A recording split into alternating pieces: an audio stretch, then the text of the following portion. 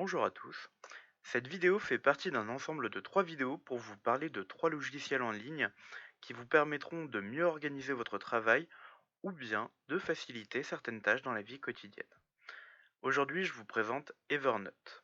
Evernote, c'est un outil en ligne qui vous permettra de créer et de partager des notes. Qu'est-ce que c'est une note? C'est ce qui vous sert de pense-bête, de mémo, ou bien tout simplement pour résumer un rendez-vous ou un cours que vous avez eu l'occasion d'avoir ces derniers temps. Nous allons voir ensemble comment fonctionne ce logiciel et ce qu'il nous permettra de réaliser.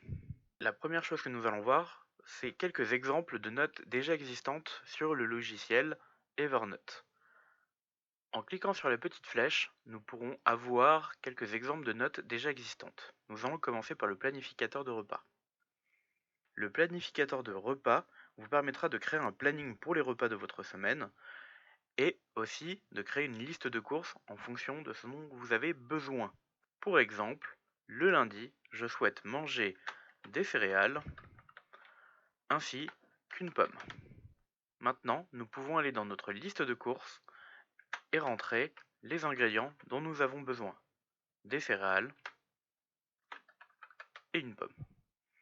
Je peux créer ce petit carré en me mettant juste devant l'ingrédient et en allant sur l'onglet Case à cocher. Celle-ci vous permettra, si vous souhaitez imprimer votre planning à la fin, de cocher les courses au fur et à mesure. La deuxième note que nous allons voir ensemble est le plan de l'essai.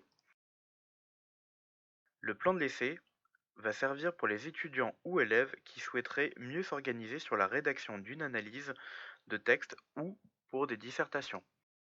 Elle va nous permettre de voir ce dont nous avons besoin. Une introduction, un corps qui comprend plusieurs idées et une conclusion. La troisième note qui va nous intéresser va être le plan de projet. Le plan de projet va concerner les personnes qui souhaiteraient organiser leur temps de travail et choisir la priorité de certaines tâches. Cette priorité, nous pouvons bien entendu modifier la couleur des cases en cliquant sur une case et en cliquant sur la petite flèche pour choisir une autre couleur.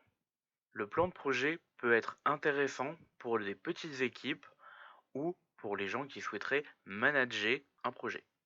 Mais il peut être aussi intéressant en famille si vous souhaitez mieux organiser les temps de travail de vos enfants ou bien vos temps de travail pour le télétravail. En plus des notes déjà existantes, nous pouvons aussi nous-mêmes créer notre propre note. Nous allons cliquer sur le bouton Nouvelle note et ici nous allons avoir un modèle vierge. Lors de la création d'une note, il est important de mettre un titre. Nous allons écrire du texte.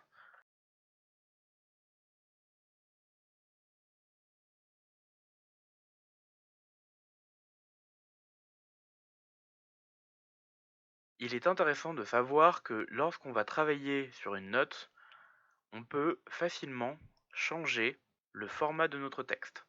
Nous allons pouvoir passer du texte normal à un petit titre. Cela va nous permettre de mieux dégager les points importants de cette note. Nous pouvons aussi modifier la police de notre texte, la taille de notre texte, si nous souhaitons changer la couleur, et nous pouvons aussi changer l'alignement de notre texte.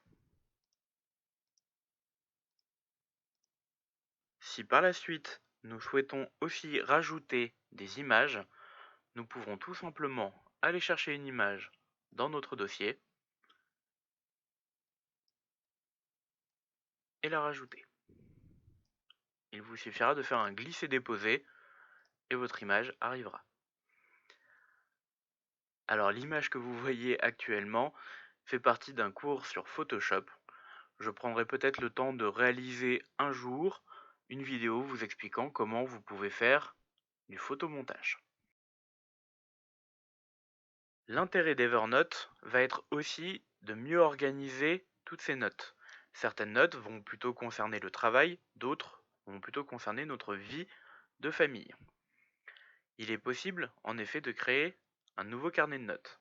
Pour ce faire, je vais cliquer sur Carnet de notes et je vais créer un nouveau carnet. Nous allons nommer ce carnet Travail et nous allons en créer un que nous allons appeler Famille.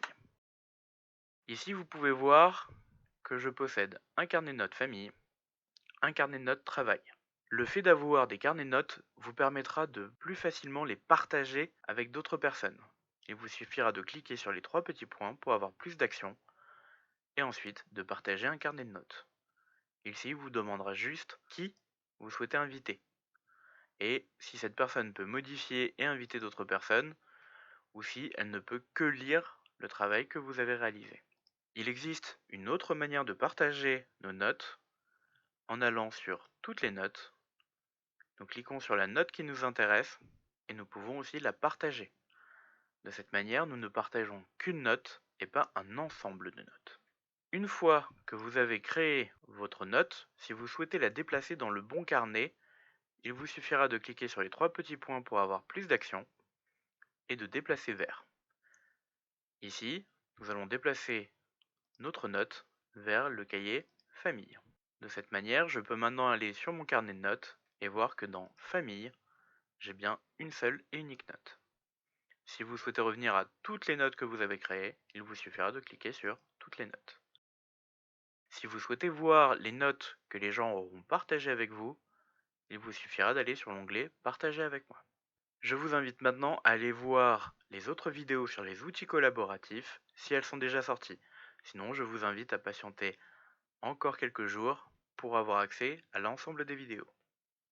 Au revoir.